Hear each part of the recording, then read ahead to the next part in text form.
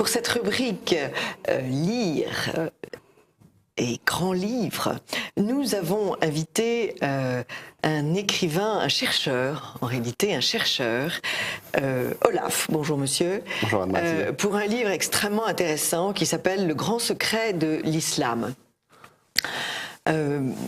Vous savez sans doute, chers amis de TV Liberté, que l'étude du christianisme des origines, des premiers temps de l'Église, est extrêmement importante et en est finalement encore, pas assez balbutiement, c'est très pas bien de dire ça, mais qu'il y a encore beaucoup de choses à trouver. Notamment dans l'étude de l'araméen, dans l'étude des textes en araméen. Et vous êtes un ami aussi, et vous faites partie de son association ECOO, de Pierre Perrier, qui a eu cette extraordinaire idée de découvrir une fresque sur la côte chinoise qui montre la venue en Chine de saint Thomas en 64 après Jésus-Christ, ce qui est tout de même absolument fantastique. Cette découverte est une véritable bombe. Complètement, et je pense surtout au bien qu'elle pourra faire aux Chinois en leur montrant que le christianisme n'est pas une religion occidentale, oui, mais que, dès l'origine, partant d'Israël, avec les apôtres, ça s'est diffusé aux quatre coins du monde en s'inculturant aux différents territoires, depuis l'Espagne jusqu'en Chine, donc jusqu'en Chine. Une église universelle. Une église universelle et une église inculturée. Et une église inculturée pour répondre à tous ceux qui voudraient penser qu'on a imposé le christianisme partout. Depuis Rome, oui. Depuis Rome, ce qui n'est pas tout à fait ça. Là, ça serait depuis Jérusalem. Dans le même ordre d'idées, sur cette même époque, vous avez fait une rencontre extraordinaire qui est celle du père Édouard-Marie Gallez, qui est docteur en théologie et d'histoire des religions. Alors, qui est ce père abbé ? Alors, il est prêtre chez les frères de Saint-Jean, et puis c'est un chercheur spécialiste des origines de l'islam, quelqu'un de passionné par ce sujet depuis très longtemps, très érudit, et qui a publié une thèse en 2005 qui est l'aboutissement de presque de siècles de recherche, mais de peut-être une quinzaine d'années pour sa part, où il fait part, à partir du 1er siècle, et on voit là l'importance du christianisme des origines dont on parlait, il fait part en fait à partir de recherches effectuées au 1er siècle, de la naissance de mouvements religieux qui petit à petit donneront l'islam à partir du 7e, 8e, 9e, 10e siècle. Cette thèse, Le Messie et son prophète, dont vous avez le premier tome dans les mains, est vraiment remarquable, vraiment remarquable. Elle dérange un petit peu, forcément. Elle est énorme, oui, cette thèse. Elle est consistante. Elle est consistante. C'est un monument d'érudition. Elle est énorme par les découvertes qu'il a faites. Hein. Voilà. Vraiment, pour la première fois, avec cette thèse, et moi, c'est ce qui m'a vraiment secoué, on a une explication historique, logique, rationnelle de l'apparition de l'islam, et qui montre que cette religion n'est pas née de nulle part, mais qu'elle s'ancre dans un terreau politico-religieux qui était celui de ce qu'on appelle aujourd'hui l'Antiquité tardive dans les milieux des chercheurs. C'est la foultitude des mouvements messianistes à visée eschatologique qui fleurissaient dans le Moyen-Orient du 6e, 7e siècle. Alors, on va expliquer ça. Et vous avez éprouvé le besoin, parce que ce livre est un livre pour chercheurs, pour gens très savants, et il est en 2 tomes, donc aux éditions de Paris, et vous avez eu l'idée d'en faire un livre beaucoup plus accessible à tout un chacun, et on vous remercie. Peut-être parlons déjà de la couverture qui est extrêmement suggestive, très intelligente. Alors cette couverture, en fait, j'ai fait le livre entièrement, donc c'est moi qui ai fait la couverture à partir d'images que j'ai dénichées à droite à gauche. Oui. La couverture, elle représente l'histoire réelle de la naissance de l'islam, de la fondation de l'islam. En arrière-plan, j'ai mis un texte de la Torah qui s'estompe petit à petit. Et puis après, on a une succession de ce que les musulmans pensent être le processus qui a mené à l'écriture du Coran. On commence avec une omoplate de chameau, puisque l'historiographie musulmane nous explique que Mahomet a certes prêché, mais qu'à son époque, il avait interdit qu'on écrive ses paroles. Et donc, ses compagnons prenaient des notes sur des tessons de poterie, sur des feuilles de palmier, sur des omoplates de chameau. Oui, c'est ça. Oui. Alors, la photo en question, c'est bien sûr une reconstitution. Et puis, à partir de ces notes premières, sont arrivés les tout premiers manuscrits qu'on voit ici. C'est une photo d'un manuscrit très ancien. Et on voit que la graphie en arabe est déficiente. Il n'y a pas tous les signes qui permettent de lire très précisément ce qui est écrit. Et puis on arrive petit à petit comme ça à des manuscrits, un beau manuscrit calligraphié. Alors, est-ce que vous pouvez nous planter ce terreau? Qu'est-ce qui se passe juste après le passage du Christ sur la terre et ce mouvement que vous nous faites découvrir, j'avoue, les judéo-nazaréens? Pour ça, il faut faire un petit peu d'histoire des idées. Oui. Et des religions? Des religions, des idées en fait, et comprendre. Enfin, il faut comprendre il faut prendre le phénomène religieux au sérieux, dans le sens où même en étant athée, même en ne croyant en rien du tout, on peut tout à fait comprendre que les idées apportées par les différents penseurs religieux, les différentes religions, transforment les mentalités et engagent les hommes à agir. Alors, en l'occurrence, pour ce qui est des judéo-nazaréens et de ce qui se passe après la venue de Jésus, en milieu juif, Jésus apporte une nouvelle idée sur le marché des idées. Si on peut parler des choses comme ça, il apporte l'idée qu'un salut du mal est possible, oui. Qu'on peut être délivré du mal, de la mort, de la corruption. Et le mal, à l'époque de Jésus, dans le peuple juif, il est souvent identifié aux non-juifs, à l'autre, à l'impur. Oui. Et à l'occupation romaine. À l'occupation romaine, aux mauvais juifs qui n'ont pas la bonne religion. Et à l'impur, c'est très important, parce qu'on va le retrouver, cette notion de pureté. Par exemple, le mal peut être assimilé à cette époque-là à la caste des grands prêtres, qui est jugée par beaucoup de juifs comme étant des usurpateurs au temps de Jésus. Et puis ça va se développer par la suite. À partir de cette idée que on peut se délivrer du mal, combiné à l'idée que le mal c'est l'autre, c'est le méchant, va naître un projet politico-religieux qui est celui de délivrer le monde du mal avec des moyens humains. Oui. Alors, le Messie va revenir, il va vraiment faire le travail. Alors ça part de certaines idées chrétiennes et de certaines vues de l'eschatologie chrétienne.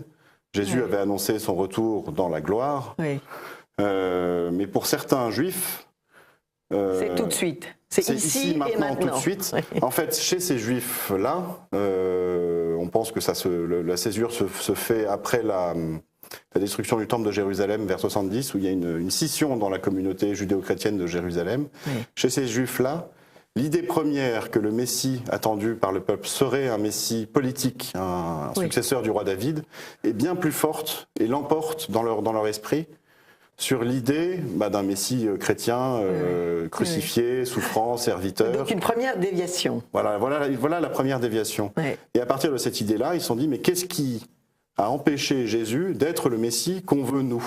Ouais. Qu'est-ce qui l'a empêché de reconquérir tout Israël, de rendre sa pureté à la religion, de mettre les Juifs au-dessus du monde, comme c'était annoncé selon eux dans les prophéties.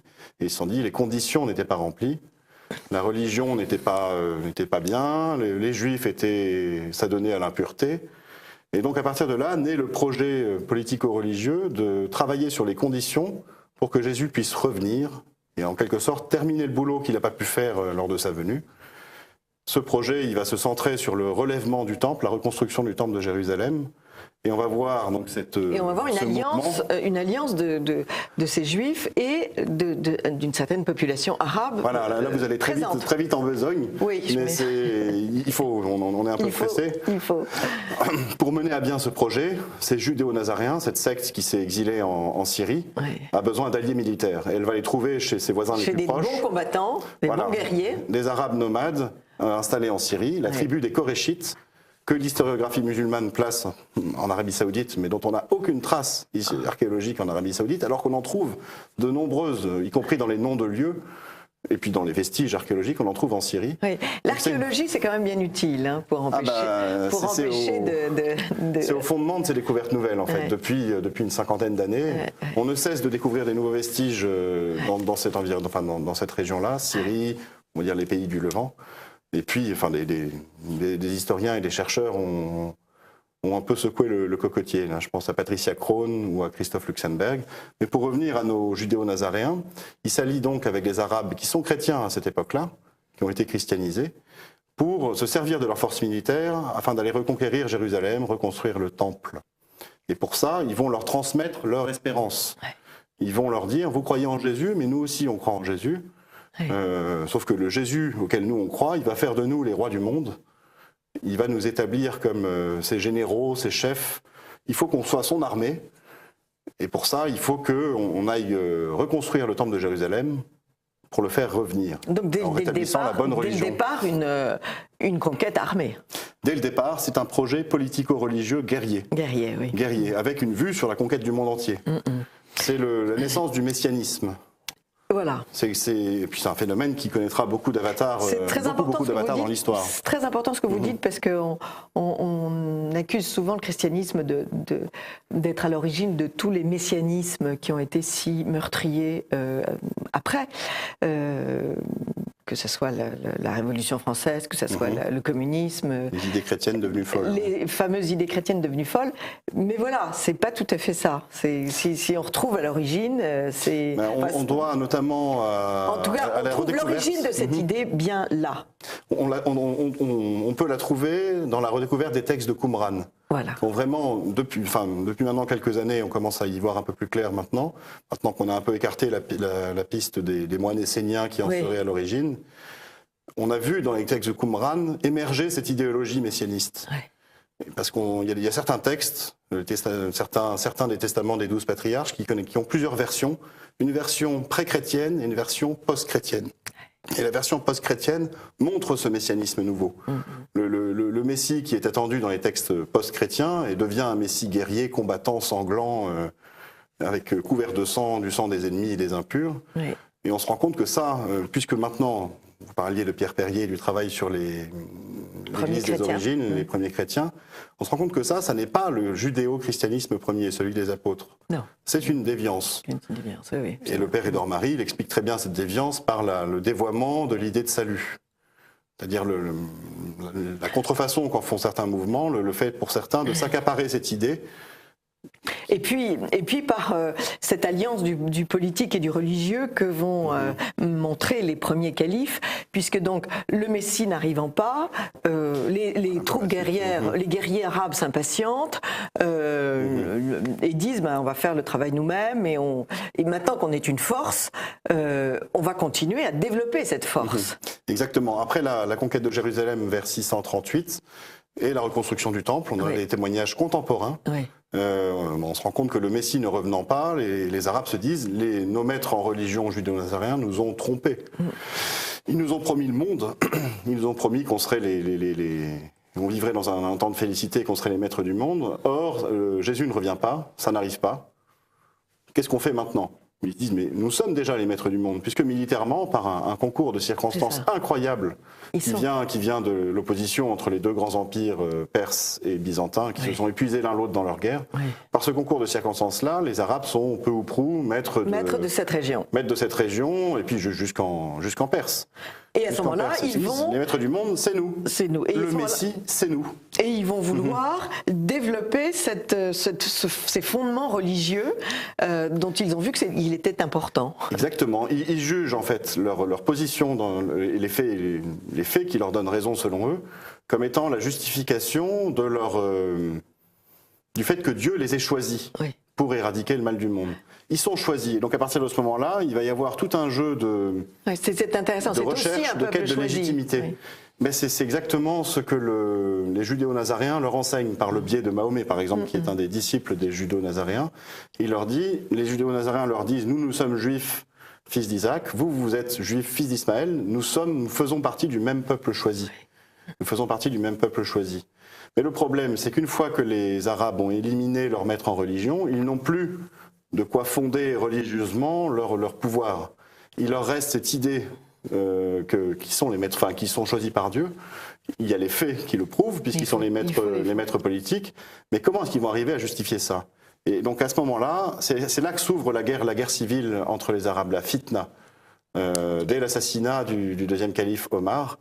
Et en fait, cette fitna, on la comprend beaucoup mieux quand on rentre dans l'histoire, comme je le fais dans le livre, pour établir que c'est le jeu de concurrence entre factions qui se disent toutes plus légitimes pour gouverner au nom de Dieu, les unes que les autres. C'est ce jeu de concurrence qui est le ferment de la guerre civile. Et dans ce jeu de concurrence... Qui dure toujours, qui est généralement, enfin qu'on voit à l'œuvre dans tous les messianismes. Oui. On peut penser, je sais pas moi, aux bolcheviks contre les mencheviks, par exemple, ou à ce qui s'est passé pendant la Révolution française. Oui. Dans ce jeu de concurrence, les factions diverses vont rivaliser d'inventivité pour justifier leur pouvoir en termes religieux, pour se dire les plus légitimes pour gouverner au nom de Dieu. Et on va voir apparaître les concepts de calife, de Coran au sens musulman, alors, de prophète. Le Coran, vous nous apprenez qu'on trouve déjà ce mot dans un lectionnaire de juifs. Alors oui, enfin, d'une certaine façon, le Coran n'est pas un mot neuf. La façon dont les musulmans le musulman le comprennent aujourd'hui, à savoir parole de Dieu révélée à Mahomet, parole éternelle de Dieu incréée. Évidemment, ça c'est une conception très très neuve. Mais à l'époque de Mahomet, c'est un mot qui est utilisé chez les chrétiens de langue araméenne, sous la forme korono keriana, et qui ne signifie pas du tout Coran comme l'entendent les musulmans, mais qui veut dire lectionnaire. Oui. Lectionnaire, c'est-à-dire un livre pour assurer les liturgies, un livre avec une sélection de textes religieux, de chants, de prières. Et en fait, on se rend compte que le Mahomet de l'histoire, qui n'est pas un prophète fondateur d'une nouvelle religion, c'est une personne formée par les judéo-nazaréens, envoyé vers les Arabes christianisés, chrétiens, pour leur dire « j'ai un nouveau lectionnaire à vous proposer ». Ce lectionnaire, avec les vrais textes des judéo-nazaréens, les vraies prières des judéo-nazaréens, les vrais extraits de la Torah et de l'Évangile, je vais vous le présenter. Sa prédication est tout entière axée autour de ça. Et le Coran d'aujourd'hui, c'est l'écho de cette prédication. Ouais. C'est pas le lectionnaire en question qui était présenté, c'est ce que les Arabes ont retranscrit par différents moyens de la prédication. Et ont mis des siècles à mettre au point. Alors après, il y a tout un processus de formation du Coran. Ouais. Le Coran, que vous analysez très très bien et que vous... Voilà, qui dure des siècles. Qui dure des siècles, absolument. Et dans ces principes, il y a l'affirmation que Dieu est un et non pas trinitaire. Ça, c'est dès l'époque des judéo-nazaréens. Dieu est un, oui. Ça, Dieu est un. Il n'y a de Dieu que Dieu. Et il n'y a que Dieu que Dieu. Oui. On trouve par exemple cette formule sur des linteaux de porte qui dateraient du 4e ou 5e siècle en Syrie. Il n'y a de Dieu que Dieu. C'est la première formule de la Shahada, de la profession de foi musulmane. Oui. Il manque que le deuxième membre, et Mahomet et son prophète. Le deuxième membre, on pense qu'il y a été ajouté au 8e siècle. Au 8e siècle, oui. Et puis, vous expliquez la création de la Mecque. Il se passe rien à Jérusalem, donc il faut un nouveau lieu. Dans ce processus de guerre civile, voilà, il faut un nouveau lieu. Quand les différentes factions rivalisent d'inventivité, les uns vont se dire il faut qu'on puisse justifier le fait que notre nouvelle religion est exclusivement arabe et ne doit rien aux chrétiens, aux juifs, à tout ce qu'il y avait avant nous. Ouais. À tout ce qu'il y avait avant nous. Et c'est pour ça qu'il y aura la nécessité de créer un lieu religieux arabo-arabe dans un environnement vierge de toutes les influences antérieures. En plein désert. En plein désert. Le site de la Mecque est choisi. Alors on cherche toujours pourquoi ce site. Il y avait quand même des lieux déjà qui existaient, des lieux de rencontres commerciaux. Des lieux de rencontres commerciaux plus ou moins autour. Mais on se rend compte à l'étude, et ça c'est le grand apport de Patricia Crone, grande chercheuse américaine, que le site de la Mecque, au final, dessert complètement le discours musulman, puisque une ville ne peut pas avoir été fondée depuis des temps immémoriaux. Selon les musulmans, ce serait même Adam, le premier homme, qui aurait construit le sanctuaire, la Kaaba, oui. Puis après Abraham qui l'aurait reconstruit avec son fils. Mais une telle ville ne peut pas avoir survécu à cet endroit-là, parce que c'est un endroit qui est régulièrement ravagé par des inondations. Oui. C'est en plein désert, il n'y a aucun moyen de subsistance, il faut tout apporter de l'extérieur. Et ce n'est pas une ville qui se situe sur la route des itinéraires caravaniers. Elle est dans une dépression et les caravanes qui passent à quelques centaines de kilomètres, ou à 100, à peu près un petit peu moins, sont sur des plateaux. Et il faudrait que les caravanes descendent et remontent, Oui. ce qui est complètement illogique. Et d'ailleurs, il n'y a aucun texte de l'Antiquité dans lequel les itinéraires caravaniers sont documentés qui mentionne la Mecque. On pense à Petra, qui est un site, Voilà. qui était un lieu de passage des caravanes. Alors peut-être que l'islam a certaines origines à Petra. Alors là, il y a encore beaucoup de travail, il y a beaucoup de choses à découvrir. Ouais. Oui, mais le problème, c'est qu'on n'a pas le droit de faire de fouilles archéologiques. Alors, on n'a pas le droit de faire de fouilles archéologiques à la Mecque, mais il faut voir que les Saoudiens ont conduit des travaux gigantesques pour agrandir les capacités d'accueil de la Mecque. Oui. Ils ont retourné le sous-sol sur des dizaines de mètres. Ils ont construit des tours, enfin c'est titanesque comme travaux. Il n'y a rien qui est ressorti. Rien qui est ressorti. On n'a absolument pas les fondements d'une ville ancienne, comme on peut voir par exemple à Jéricho en Israël, où on voit l'empilement des vestiges. Voilà, À la Mecque, il n'y a rien du tout. Il n'y a rien du tout. Vous avez compris, chers amis de TV Liberté, combien ce livre est important. Alors, pour ceux qui ont du temps et beaucoup de science, Le Messie et son prophète du père Édouard-Marie Galaise aux éditions de Paris, en 2 tomes. Et ce petit livre qu'on pourrait dire d'excellente vulgarisation, de mise vraiment à votre portée. Vraiment, on vous lit très agréablement et on est étonné de tout ce que l'on apprend. Le grand secret de l'islam, Olaf. Il y a un site internet, legrandsecretdel'islam.com. On peut télécharger le livre. On peut télécharger On peut télécharger le résumé du livre, la bibliographie, et puis différentes choses. Et bientôt, il y aura une traduction en anglais. Donc, vous faites un immense travail. Merci beaucoup. Et je rappelle le livre de Pierre Perrier, L'évangélisation de la Chine de 64 à 87, l'apôtre Thomas et le prince Ying, aux éditions du Jubilé. Merci beaucoup, monsieur, d'être venu nous combler de vos lumières et de vos recherches. Amis de TV Liberté, à tout de suite pour une autre chronique de Perles de Culture.